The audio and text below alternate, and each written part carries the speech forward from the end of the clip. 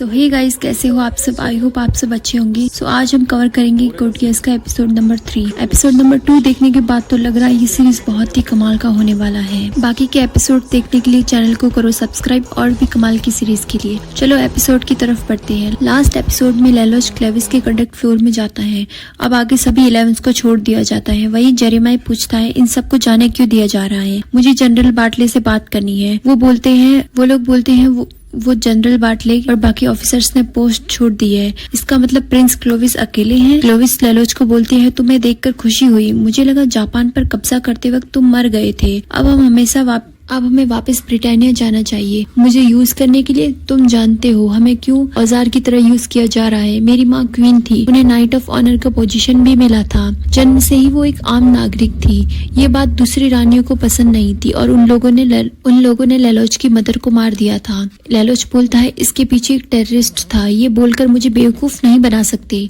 इसके पीछे कौन था? क्लोविस बोलता है मैं कुछ नहीं जानता, मैंने नहीं किया ऐसा। फिर लेलोच अपनी पावर का यूज करता है। क्लोविस बोलता है इस सब का इन्फॉर्मेशन मेरे दूसरे भाई शेंजिल और कर्लिया के पास है। फिर क्लोविस नॉर्मल हो जाता है। क्लोविस बोलता है मैं कुछ नहीं जानता, मुझे तुम पर भरोसा है। लेलोच क्लोविस को शूट करने वाला होता है। क्लोविस बोलता है हम दोनों की मदर अलग है पर हम भाई हैं। लेलोच बोलता है हाँ, पर सही करने के लिए हाथ गंदे करने पड़ेंगे। शीन शिफ्ट होता है।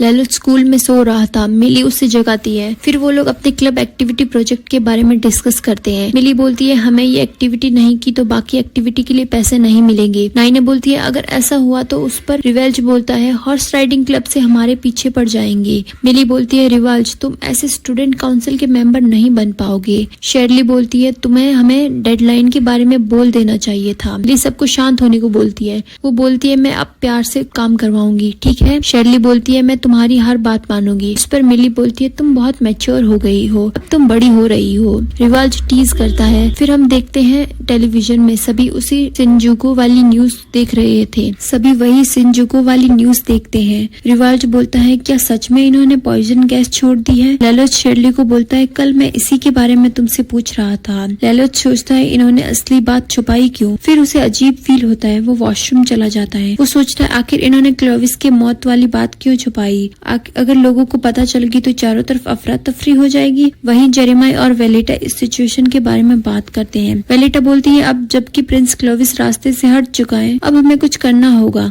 जेरेमाई बोलता है मैं जानता हूँ क्या करना है। फिर लेलोच और रिवाल्ज स्कूल में कैलन को देखते हैं। लेलोच कैलन को देखकर शॉक हो जाता है। वो उससे पहचान लेता है। फिर रिवाल्ज बोलता है वो कैलन स्टैटफोर्ड है। वो स्कूल कम ही आती है, ज्यादातर बीमार रहती है। वो स्टैटफोर्ड फैमिली से है, स्कूल कम आती है फिर भी इतने अच्छे मार्क्स आते हैं और वो थोड़ी सी नकचड़ी भी है। कैलन बाकी स्टूडेंट्स के साथ गार्डन में अपना लंच कर रही थी। तभी वहाँ कुछ बीज आ जाती हैं। सभी वहाँ से भाग जाते हैं। कैलन को भी डरने की एक्टिंग करनी पड़ती है। कैलन सोचती है मैं बेकार ही बीमार होने का नाटक करती हूँ। तभी वहाँ लेलोच आ जाता है। वो सोचता है ये वही लड़की है। लेलोच अपने पावर का यूज करके कैलन से पूछता है। कैलन सब बोल देती है। वो पूछता है तुम टेररिस्ट क्यों बनी? कैलन बताती है वो जापानीज है, मतलब तुम हाफ ब्रीड हो। लेलोच जाते वक्त उससे बोलता है शिंजुकू में जो हुआ उसके बारे में किसी को मत बताना। पर कैलन को होश आ जाता है। कैलन लेलोच से सवाल करती है। लेलोच शॉक हो जाता है क्योंकि उसका पावर कभी कैलन पर काम नहीं कर रहा था। तभी शेरली उन्हें क्लास के लिए बुला लेती है और लेलोच वहाँ से चला जाता है। फिर हम देखते हैं न्यूनेली को जो लेलोच का वेट करती है। सायोको उससे पेपर बर्ड बनाना सिखाती है। यह एक क्रेन है। न्यूनेली बोलती है जापानीज लोग कितने टैलेंटेड होते हैं। तभी लेलोच वहाँ आ जाता है। सॉरी मैं लेट हो गया। नहीं तुम ठीक टाइम पर आए हो। वहीं जनरल बार्टले रिसर्च सेंटर बंद करने की बात कर रहे थे कि लोग बोलते हैं अब हम क्या करेंगे। बार्टले बताता है वो दूसरी जगह शिफ्ट करेगा। हमें याद नहीं वहाँ क्या हुआ था। सच तो ये है हमें प्रिंस क्लोविस को अकेला छोड़ दिया था। मुझे जल्द ही जवाब देने के लिए ब्रिटानिया बुलाया जाएगा। अगर राजा को पता चला हम उनके पीछे ये प्रयोग कर रहे हैं तो अच्छा नहीं होगा। लेलोच और न्यूनेली डिनर करते हैं जहाँ न्यूनेली क्रेन के बारे में लेलोच को बोलती है। वो बोलती है अगर 1000 क्रेन बनाई जाए तो कोई भी विश पूरी हो सकती है। तुम्हारी क्या विश है? लेलोच बोलता है इसकी जरूरत नहीं। तुम्हारा क्या? इस पर न्यूनेली तुम्हारी क्या विश है? इस पर न्यूनेली बोलती है उसे एक शांति वाली दुनिया चाहिए। लेलोच बोलता है जब तुम देखने लगोगी उससे पहले ही हो जाएगा, ये मेरा प्रॉमिस है। लेलोच सोचता है अभी हमें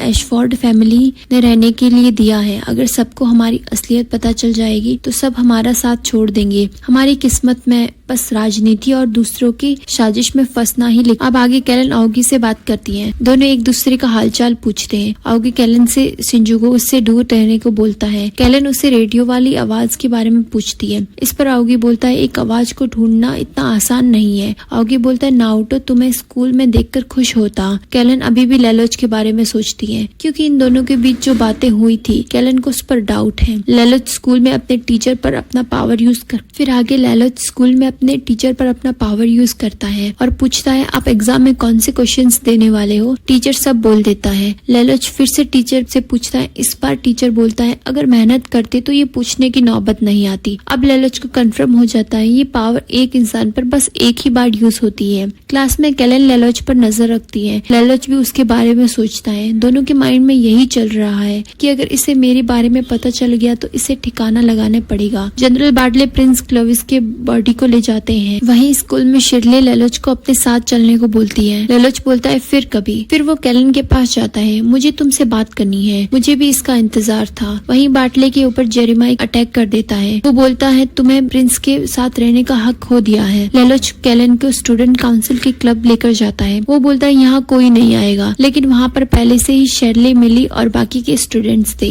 लेलोच पूछता है तुम यहाँ क्या कर रहे हो। मिली बोलती है आज हम कैलन को अपने ग्रुप में शामिल करेंगे। हाँ, प्रिंसिपल ने भी इसकी परमिशन दे दी है क्योंकि कैलन कल्चरल एक्टिविटीज में नहीं होती। फिर सब कैलन से मिलते हैं। रिवाज शैंपेन लेकर आता है। शेरली उसे मना करती है। शेरली बोतल छीन लेती है। रिवाज बोतल लेलोच को पास करता है। शेरली उससे बोतल लेने की ट्राई करती है पर बोतल खुलकर सारी ड्रिंक कैलन के ऊपर गिर जाती है। पर बोतल खुल जाता है और ड्रिंक कैलन पर गिर जाती है। अब आगे कैलन बाथरूम में नहा रही होती, इसीलिए मुझे ब्रिटानियन पसंद नहीं। लेलोच उसके लिए कपड़े लेकर आता है। कैलन बोलती है तुम इतने जल्दी बॉयज डॉर्म से कपड़े ले आए। इसी पर लेलोच बोलता है नहीं, मैं यहीं रहता हूँ। मेरी बहन के लिए डॉर्म्स में रहना सेफ नहीं है। इसीलिए लेलोच जब जा रहा होता है कैलन उससे उसका पाउच मांगती है। लेलोच जब उसे देने जाता है कैलन उसका हाथ पकड़ लेती है और उस पाउच में से एक नाइफ होता है। कैलन लेलोच को शिंजुको के बारे में पूछती है। उस दिन तुम वहीं थे ना। लेलोच इस बात का इनकार कर देता है। तभी वहाँ का एक टेलीफोन बजता है। तभी वहाँ के टेलीफोन पर किसी का कॉल आता है। लेलोच पिक करता है। वो कैलन को बोलता है ये तुम्हारे कॉल है। कैलन जब उसे बात करती है तो कोई बंदा लेलोच की तरह बात करता है। वो कैलन को मिलने के लिए बोलता है और कॉल कट कर देता है।